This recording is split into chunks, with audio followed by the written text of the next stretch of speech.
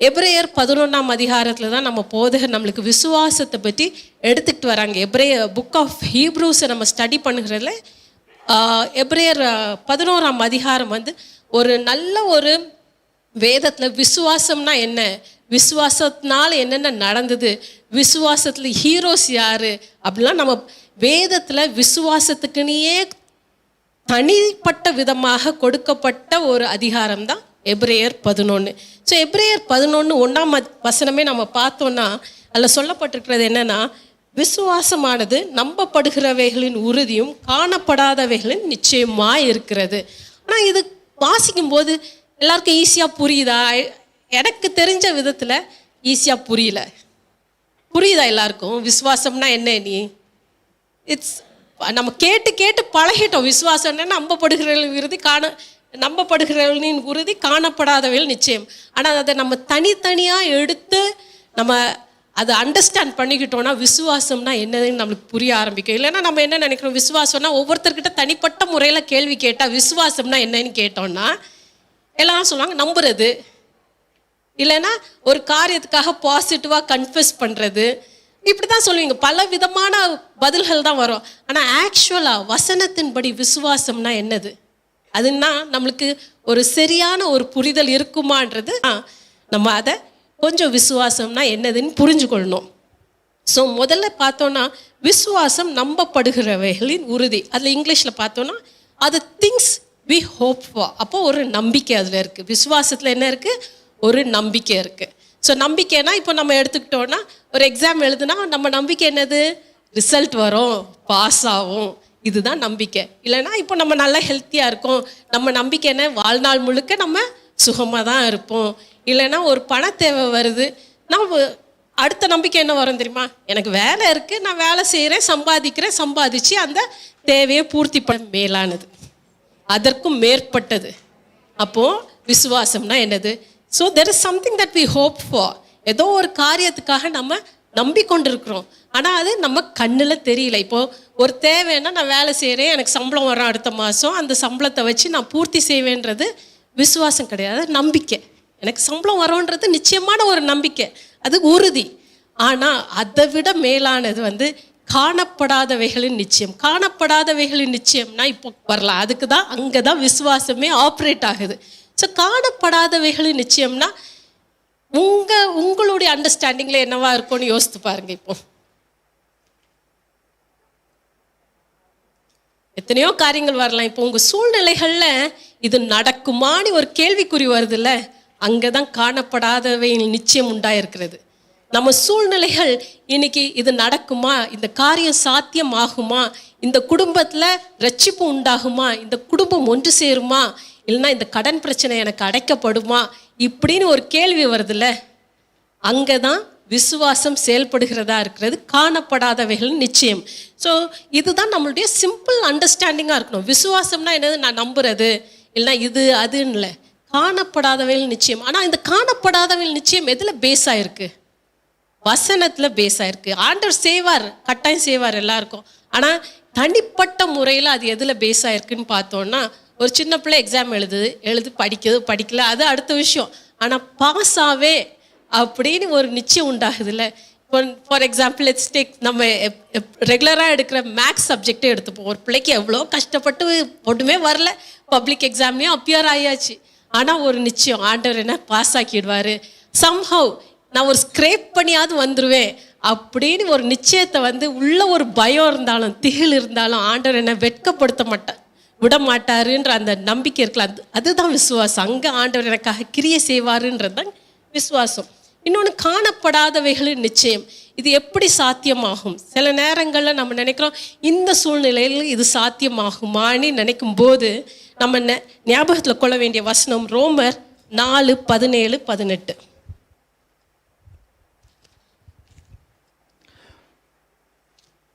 அநேக ஜாதிகளுக்கு உன்னை தகப்பனாக ஏற்படுத்தினேன் என்று எழுதியிருக்கிறபடி அவன் தான் விசுவாசித்தவருமாய் மரித்தோரை உயிர்ப்பித்து இல்லாதவைகளை இருக்கிறவைகளைப் போல அழைக்கிறவருமாயிருக்கிற தேவனுக்கு முன்பாக நமக்கு எல்லாருக்கும் தகப்பனானான்.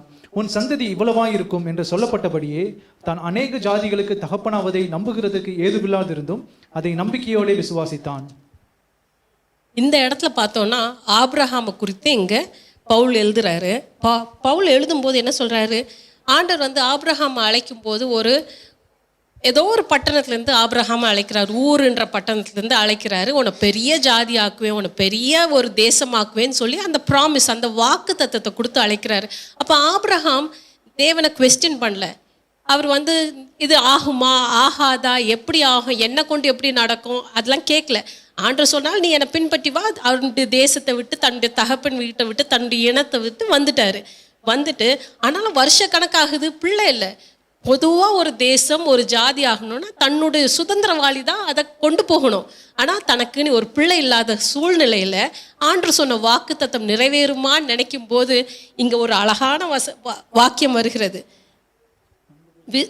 அவன் தான் விசுவாசித்தவருமாய் மரித்தோரை உயிர்ப்பித்து இல்லாதவைகளை இருக்கிறவைகளை போல் அழைக்கிறவருமாய் இருக்கிற தேவனுக்கு முன்பாக நம்ம எல்லாருக்கும் தகப்பனானான், இல்லாதவைகளை இருக்கிறவைகளாய் அழைக்கிற தேவன்.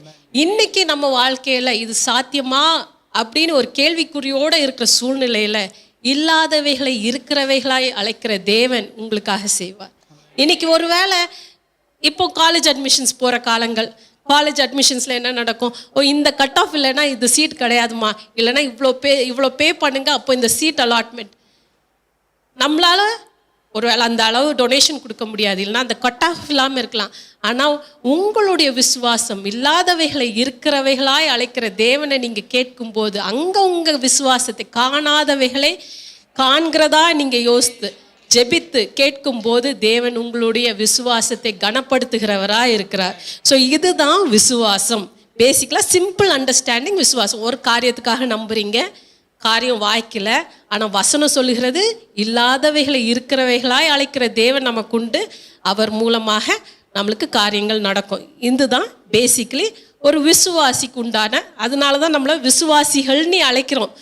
நம்ம ஏன் கிறிஸ்தவர்கள்னு அழைப்பதை விட நம்ம ஏன் விசுவாசிகள்னு அழைக்கப்படுகிறோம்னா, நம்ம சூழ்நிலைகள் சாத்தியமாக இல்லாத போதும் நாம் விசுவாசிக்கிற தேவன் நமக்காக செயல்படுவார், நம்மளுக்காக ஜெயக்கொடியை ஏற்றுவார்ன்ற அந்த நம்பிக்கை, அந்த விசுவாசம் தான் நம்மளுக்கு விசுவாசிகள்ன்ற பேரை கொடுக்குதே தவிர வேறு எதுவுமே கிடையாது.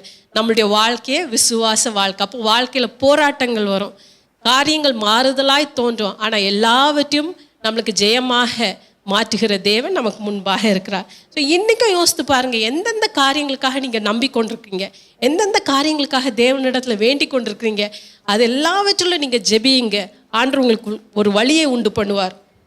ஸோ இந்த ஒரு விஷயம் இதில் பார்க்க போனோன்னா, ஸோ சிம்பிள் எக்ஸாம்பிள், நம்ம பிள்ளைங்கக்கிட்ட நம்ம பேசும்போது இல்லைன்னா ஏதாவது செய்யுங்க, ஏதாவது செய்து தாங்கன்னு சொல்லுவாங்க. இப்போ அம்மாமார்களையே வச்சு கேட்போம், அவங்கக்கிட்ட என்ன சமைக்கணுமா, இன்றைக்கி உனக்கு என்ன வேணும்னு கேட்டால் ஏதாவது செய்யுங்கன்னு வாங்க. சமைக்கிறதுக்கு ஏதாவது சொன்னாதானே நம்ம செய்ய முடியும். வீட்டில் இருக்கும், தக்காளி இருக்கும், வெங்காயம் இருக்கும், எல்லாம் இருக்கும். ஆனால் சொல்கிறது அம்மா வந்து ஏதாவது செய்யுங்கன்னு தக்காளி சட்னி செஞ்சால் செய்வாங்களா, சாப்பிடுவாங்களா? கிடையாது. அப்போ ஆண்டவர்கிட்ட நம்ம போகும்போது, ஆண்டவரே எனக்கு ஏதாவது பண்ணுங்க, ஏதாவது பண்ணுங்கன்னு கேட்குறத விட, ஆண்டவரே என் வாழ்க்கையை ஆசீர்வதிங்கன்னு கேட்குறத விட, உங்கள் வாழ்க்கை ஆசீர்வாதமாக இருப்பதுக்கு நீங்கள் என்ன பண்ணணும்? நல்லா படிக்கணும், ஒரு நல்ல வேலையில் அமரணும், அந்த காரியங்கள் கேளுங்க. அப்படி ஸ்பெசிஃபிக்காக கேளுங்க. ஆண்டவரே என்னை ஆசீர்வதிங்க, தப்பு கிடையாது. But B specific in your prayer. நீங்கள் கேட்கும்போது, ஆண்டவரே நான் இந்த கோர்ஸில் சேர்ந்துருக்கேன், இந்த கோர்ஸில் எனக்கு நல்ல மார்க் வேணும், இந்த கோர்ஸில் படிக்கிற பாடங்கள் எனக்கு மனசில் புரியணும். ஏன்னா இன்டர்வியூவில் நாளைக்கு போய் நிற்கும் போது ஒன்றுமே தெரியாமல் மார்க் மட்டும் வாங்கிட்டு ஒன்றுமே பதில் கொடுக்க முடியாமல் நிற்கக்கூடாதுல்ல. அப்போ ஞானம் கேளுங்க ஆண்டர்கிட்ட ஒவ்வொரு விஷயமும் கேட்கணும். ஸ்பெசிஃபிக்காக எனக்கு ஞானம் வேணும், எனக்கு இந்த இடத்துல பேச தெரியல, ஆண்டவரே எப்படி பேசணும்னு கற்றுத்தாங்க கேளுங்க. ஒரு சின்ன பிள்ளை அப்பா கிட்ட கேட்குற மாதிரி கேளுங்க. இதுதான் விசுவாசம். நம்மளுக்கு பரமபிதா இது செய்வேன்னு சொல்கிறாரு, செய்து தருவார் நம்மளுக்காக. கேட்குற எவனும் பெற்றுக்கொள்கிறான். ஞானம் இல்லைன்னா கேளுங்க, கொடுப்பாரு.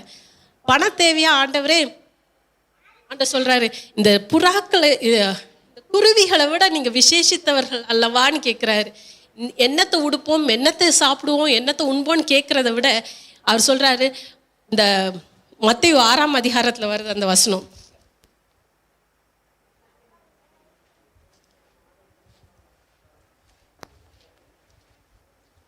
எனக்கு அது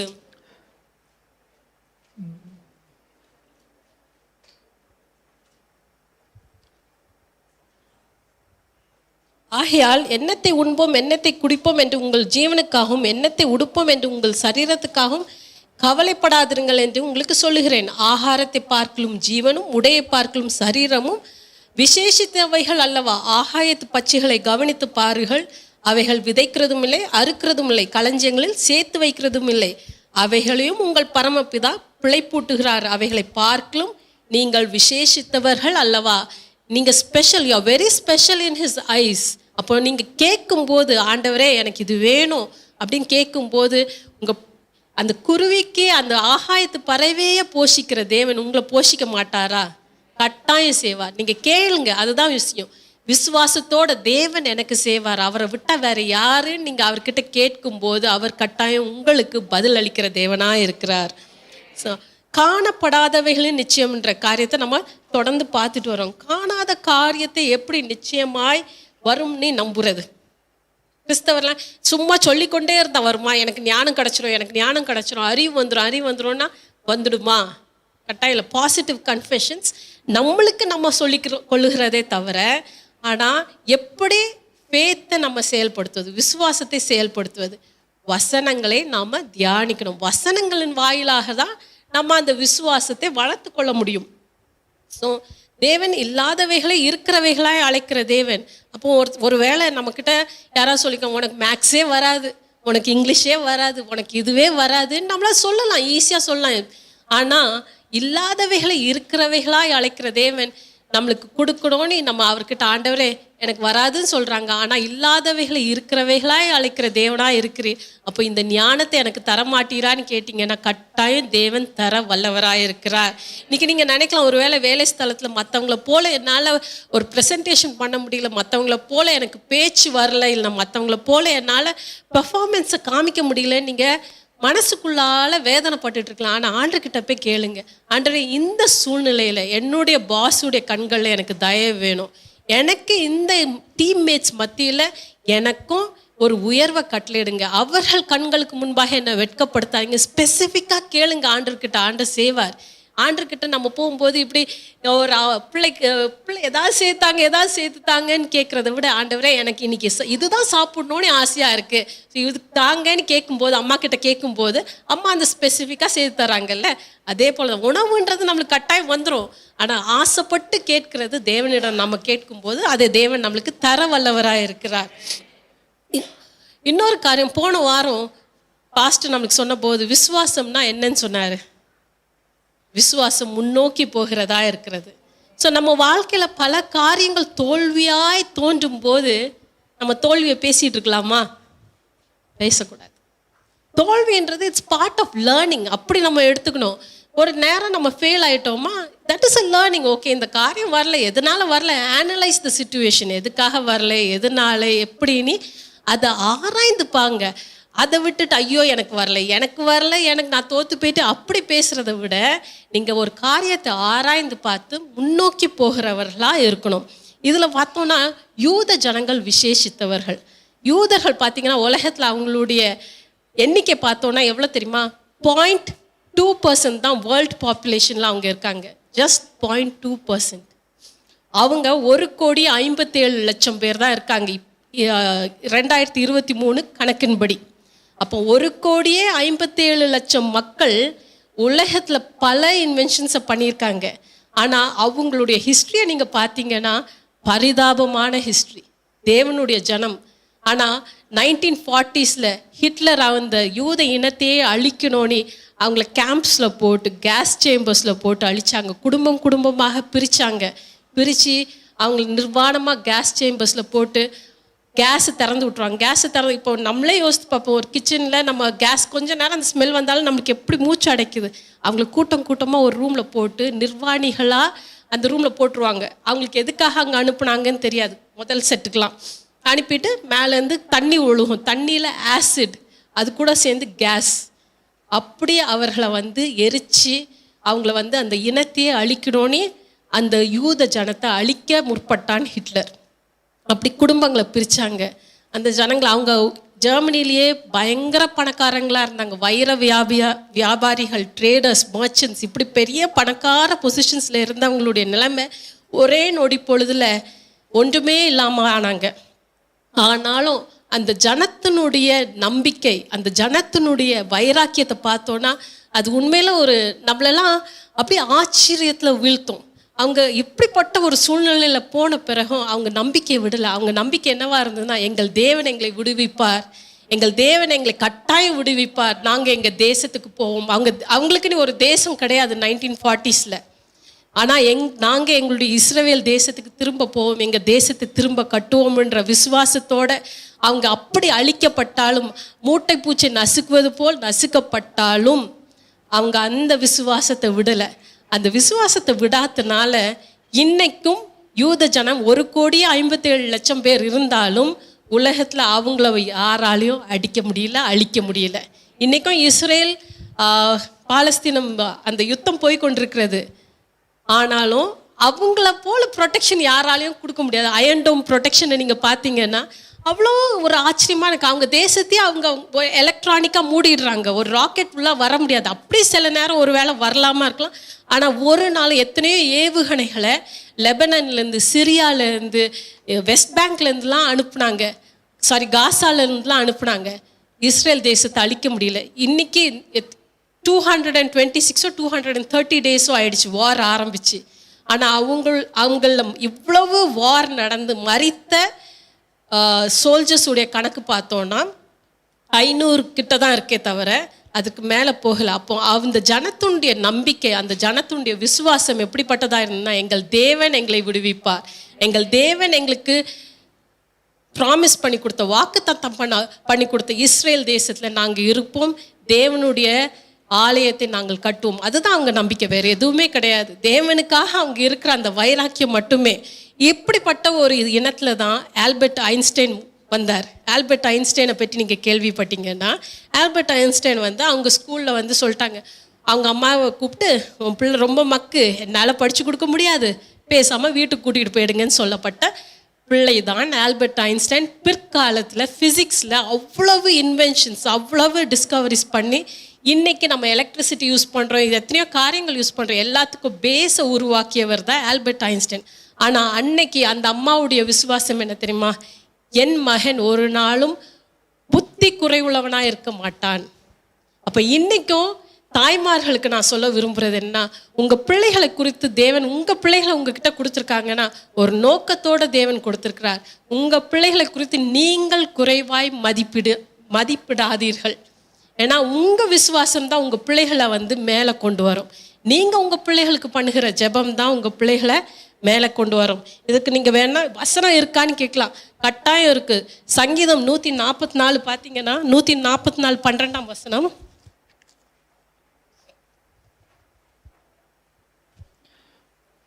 அப்பொழுது எங்கள் குமாரர் இளமையில் ஓங்கி வளர்கிற விருட்ச கன்றுகளைப் போலவும் எங்கள் குமாரத்திகள் சித்திரந்தீத்த அரண்மனை மூளைக்கற்களைப் போலவும் இருப்பார்கள்.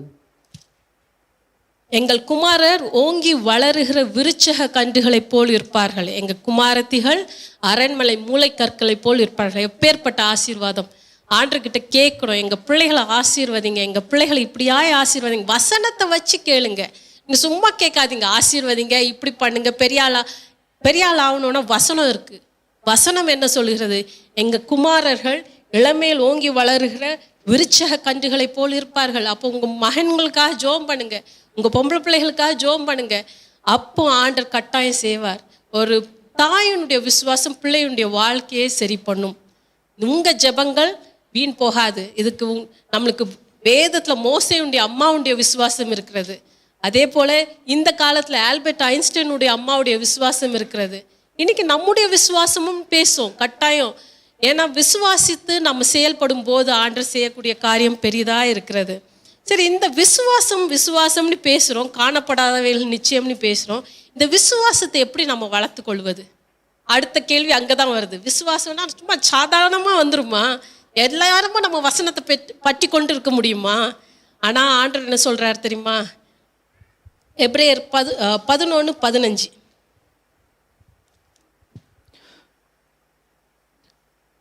தாங்கள் விட்டு வந்த தேசத்தை நினைத்தார்களானால் அதற்கு திரும்பி போவதற்கு அவர்களுக்கு சமயம் கிடைத்திருக்குமே.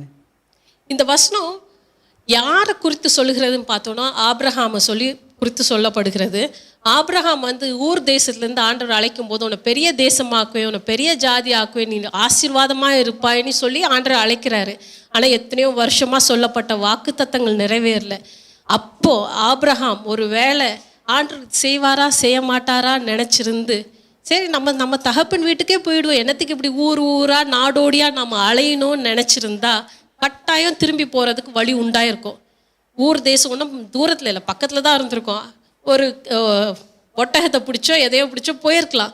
ஆனால் திரும்பி பார்க்கல. நம்மளை எதற்காக தேவன் அழைத்தாருன்னு நம்ம முன்னோக்கி பார்க்குறவர்களாக இருக்கணும். எப்போவுமே நம்ம முன்னோக்கி செல்ல வேண்டியவர்கள். விசுவாசம்ன்றது பின்னோக்கி பார்க்க ஆரம்பிச்சிட்டோன்னா, இப்படி ஆயிடுச்சே அப்படி ஆயிடுச்சே இந்த மாதிரி இருந்திருக்குமேனு நம்ம பின்னாடி பார்க்க ஆரம்பித்தோன்னா விசுவாசத்தில் நம்ம முன்னேற முடியாது. இன்னொரு இடத்தையும் நீங்கள் ஞாபகம் வச்சுக்கணும். விசுவாசத்தில் முன்னேறணும்னா லோத்தின் மனைவி ஆண்டவர் குறிப்பிட்டு சொன்னார், லோத்து அந்த தேசத்துலேருந்து சோதம் குமாராலேருந்து விடுவித்து வரும்போது நீங்கள் பின்னால் பார்க்காதீங்க நீ. ஆனால் என்னாச்சு, லோத்துக்கு மனசு கேட்கல. நாங்கள் வச்சுருந்த எத்தனையோ காரியங்கள் ஸ்பெஷல் ஐட்டம் எல்லாம் நான் விட்டு வரேன்னு ஒரு தடவை பார்க்குறேன், திரும்பி பார்த்தா உப்பு தூணானா.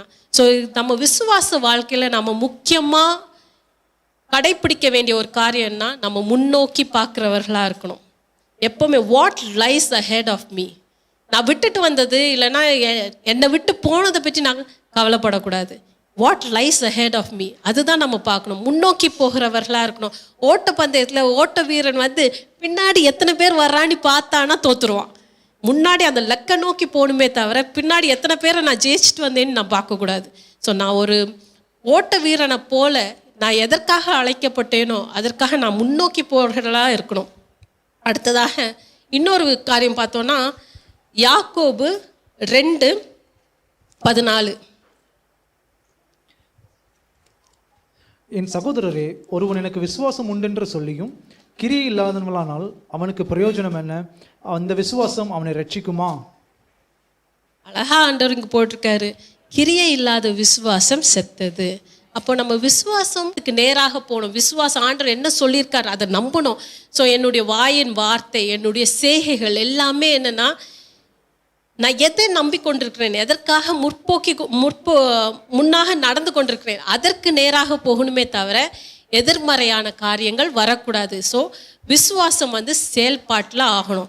இந்த விசுவாசம் இன்னொரு விஷயம் என்னென்னா, விசுவாசம் வளர்றதுக்கு பவுல் அழகாக சொல்கிறாரு. ரோமர் 10:17 விசுவாசம் கேள்வினாலே வரும், கேள்வி தேவனுடைய வசனத்தினாலே வரும்.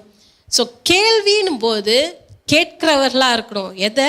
வசனத்தை. தேவனுடைய வசனத்தை நம்ம கேட்க கேட்க கேட்க தான் விசுவாசம் வளரும். ஸோ தேவனுடைய வசனம்னா ஆண்டவர் அழகாக நம்மளுக்கு 66 புத்தகங்களாக அழகாக ஒரு பைபிளாக கொடுத்துருக்காங்க. எத்தனையோ மொழிகளில் இன்னும் வேதாகமும் மொழிபெயர்க்கப்படவில்லை. ஆனால் தமிழ் ஜனமாகிய நம்ம ஆசீர்வதிக்கப்பட்டவங்க. ஏன்னா நம்மளுக்கு மூல மொழியாகிய எபிரேயோ கிரேக்க பாஷைகள்லேருந்து நம்மளுடைய வேதம் மொழிபெயர்க்கப்பட்டு நம்முடைய கைகளில் பிரிண்ட்டாக இன்றைக்கி அழகழகாக டிசைனாக நம்ம பைபிள் கொண்டு வரோம். இந்த பைபிள் எவ்வளோ கஷ்டப்பட்டு டிரான்ஸ்லேட் பண்ணாங்க தெரியுமா?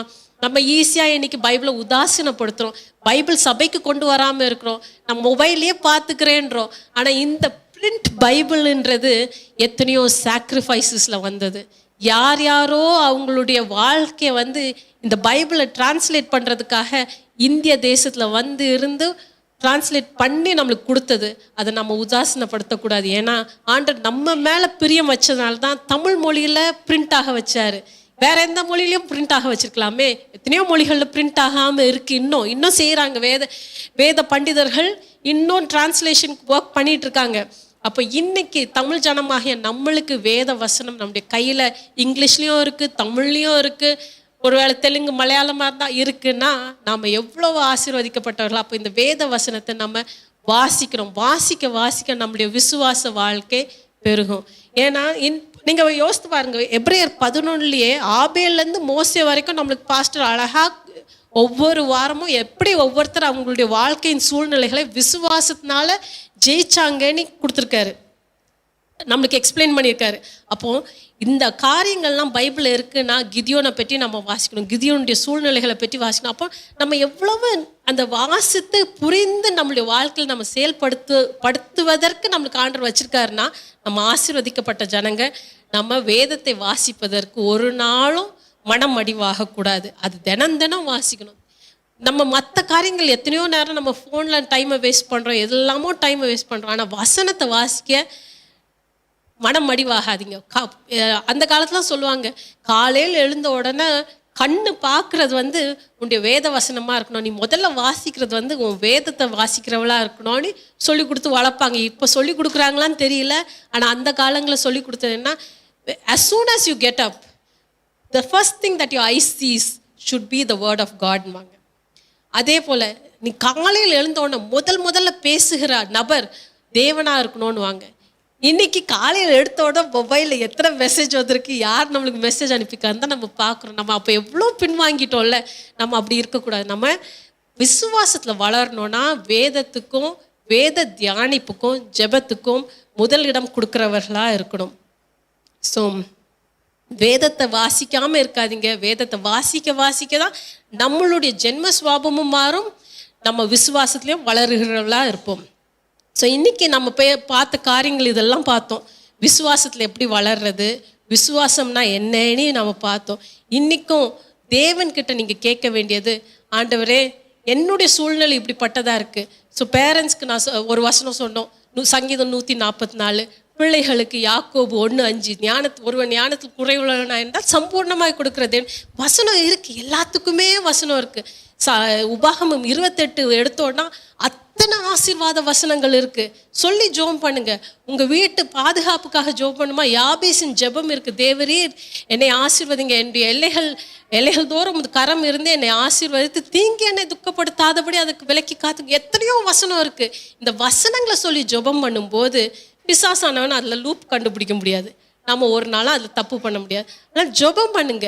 வசனம் தெரிஞ்சாதான் நம்ம ஜெபம் பண்ண முடியும்.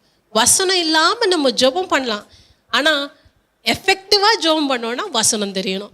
மணிக்கணக்காக ஜெபம் பண்ணுமா வசனம் தெரியணும். சங்கீதத்தை வாசித்தீங்கனாலே அத்தனை ஜெபங்கள் இருக்குது. ஆண்டவரே என் தலையை குனிய விட்டுறாதீங்க, நான் மனம் அடிவாகும் போது என்னை தூக்கி விடுங்கன்னு கேட்குறாரு சங்கீதக்கார். இப்படிலாம் அழகழகாக ஜெபம் பண்ணோன்னா வசனம் தெரியணும். வசனத்தை நீங்கள் விட்டுறாதீங்க. வசனம் வாசிக்க வேதத்தை வாசிக்க தான் உங்கள் விசுவாசம் வளரும். ஸோ கிரியை இல்லாத விசுவாசம் செத்தது. அப்போ இங்கே என்ன அர்த்தம்னா, விசுவாசம் இருக்குது, நான் நம்பின காரியம் நடக்கும், ஆண்டவர் செய்வாருன்னு சொல்கிறது பெரிய விஷயம் இல்லை. எங்கே நம்மளுடைய ஆக்ஷன் இருக்குது, action should be in prayer, in reading, in knowing the word of God. அதனால தான் இன்றைக்கி சின்ன பிள்ளைங்களை நாங்கள் என்ன சொல்கிறோன்னா, மனப்பாடம் பண்ணுங்க வசனத்தை. ஒரு வேளை வேதத்தில் எழுதியிருக்கு, வேத வசனம் இல்லாத காலங்கள் வரும், நீ வரலாம் வராமல் போகலாம், ஆனால் வசனம் சொல்லியிருக்குன்னா என்றைக்கும் ஒரு நாள் நடக்கும்னு அர்த்தம்.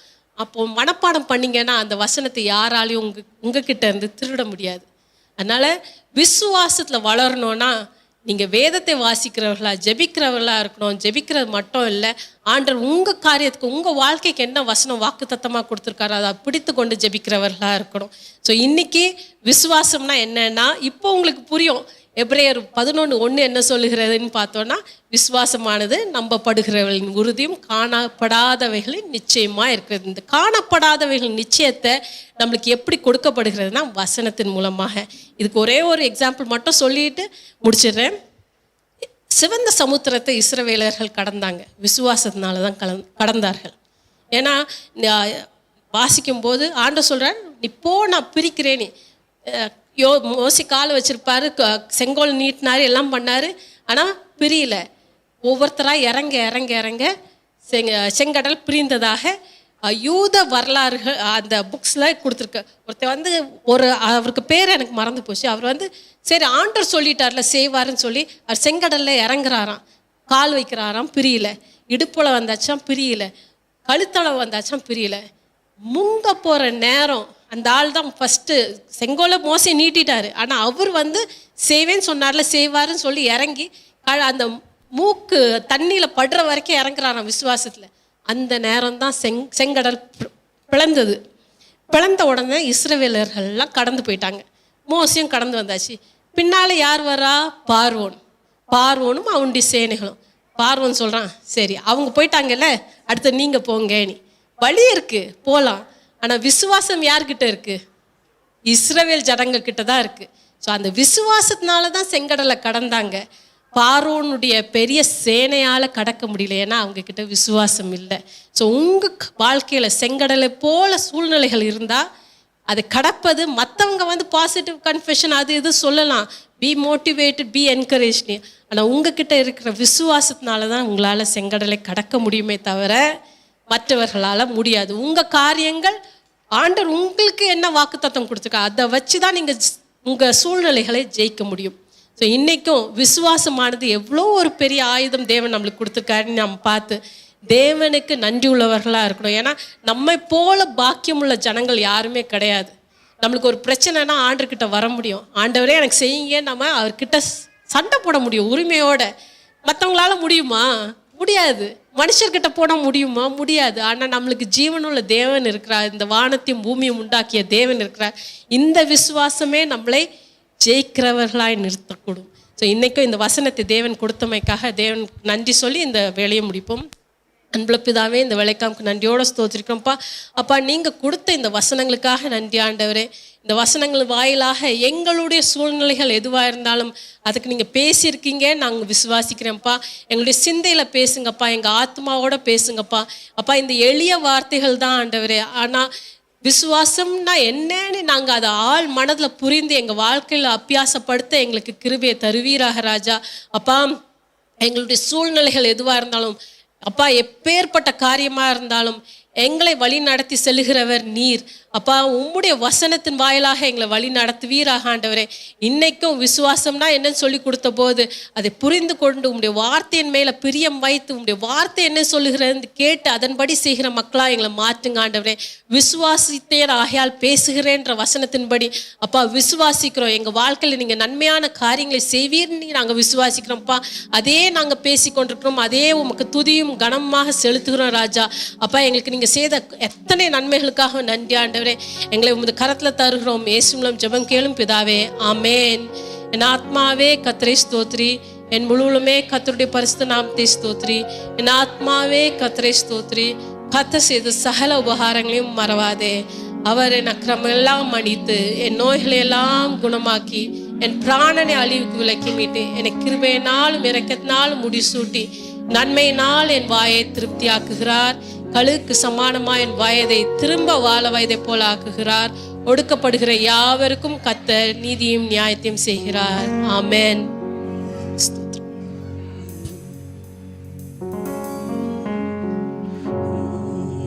மலைகள் விலகி போனாலும்